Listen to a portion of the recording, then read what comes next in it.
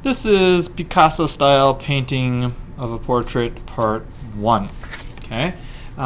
This is the drawing that you did last time, and we talked about how you made a twisted face here.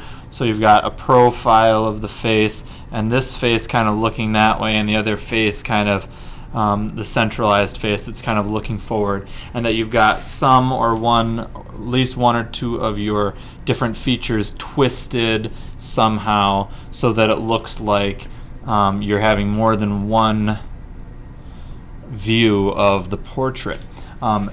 As we saw in lots of Picasso's works, he used many neutralized colors. Now, when we looked at our PowerPoint, we didn't quite talk about all the specifics, but if you look here at the portrait of Ambroise Villard that we've actually looked at in our PowerPoint, you can see that Picasso used that broken glass fractured space idea in the background as well as in the portrait, and then painted much of the portrait in neutralized colors. Now that you've learned about neutralized grays or colored grays, you can see that most of this is. And you can see how he's used a strong black line or a strong element of line in his picture along with the colored grays.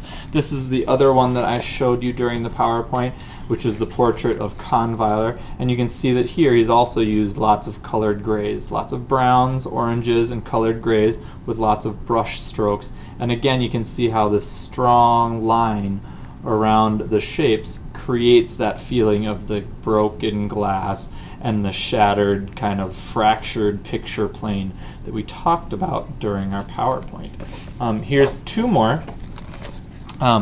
These ones are portraits, and in the portraits you can see that the colored gray in the background was not mixed from just black and white. It was indeed mixed from different colors. You can tell that this gray is different than this gray, and you can tell that this gray here is different than this one, that's different than that one right by the portrait's neck there. And then you can see how the portrait has then included the colors that have been mixed in the background. Okay, because this is orange with probably turquoise or something that is mixed in the background here. Okay, likewise this picture here, you can see the turquoise, you can see the orange, and you can see the colored grays that have been mixed therewith to create the background and parts of the portrait. So the whole point of this is learning colored grays and then learning how to put that in the background in order to kind of complement the purer colors that you're going to use on the portrait.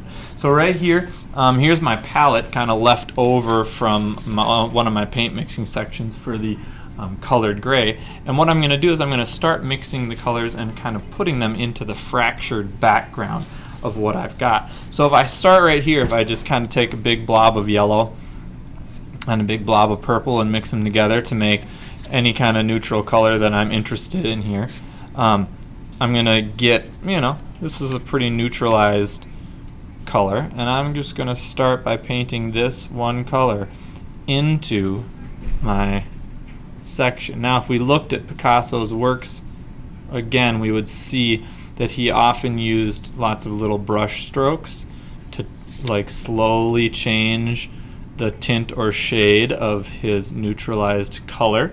And I'm actually going to grab a black and put some black on my palette here so I can have some black to make shades with.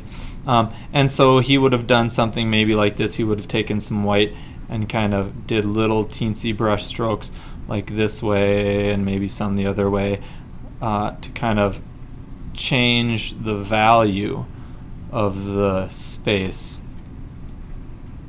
And then he might have gone back with his brush and gotten just a little bit of black and taken like the black from the other direction like this to kind of create these cubes of space and almost make the little brush strokes that fill in that space. So you can kind of see how he might have worked from cube to cube. Maybe he takes a little bit more here, paints it in yellow, takes some of his neutralized color and paints right over the top of it to make a more yellow, broken, shattered background kind of look.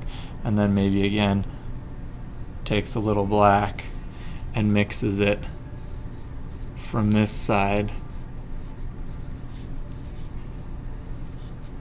to give that kind of piece. Now maybe he's taken then a purple in this one. Of course, this is very contrasty here. Picasso probably would not have used such bright purple right there in the background, but here I'm going to take this one and neutralize it down a little bit with my neutralized color. And notice that I'm painting right over all the white spaces. You don't want to leave any white spaces left on your paper. And if you want to stick within the Sharpie lines that you've already done, fantastic. If you don't, if you want to kind of change the Sharpie lines that you've got in the background a little bit, that's fine too. As long as by the end, after it's dried and we do the second coat, or even the third coat, you kind of bring out that strong black line quality that Picasso has in his portraits, so that you do get that quality of shattered glass, broken, fractured background. So there's just a very, very quick 3 little panes of the glass for what you're going to be doing, and then I'm going to take some time on my next video to fill in the entire background with very little talking. But what I want you to do is make sure you're filling in the background with neutralized colors, changing the neutralized color from square to square, and using both black and white to kind of change the neutralized colors to tints and shades. Okay, how you put the neutralized colors in is your artistic choice, whether or not they're more to one side or the other side. But please choose the neutralized color scheme. Having your paint mixing sitting right next to you, choose your neutralized color scheme of what you're going to have in the background based on the colors that you want in your portrait. So in my portrait, I'm going to be using mostly yellow and mostly purple to make the portrait stand out with my pure colors and make the background recede or go towards the back of the picture with my neutralized colors. So that is what you should be doing today, and working on part 1, the background of your Picasso style portrait.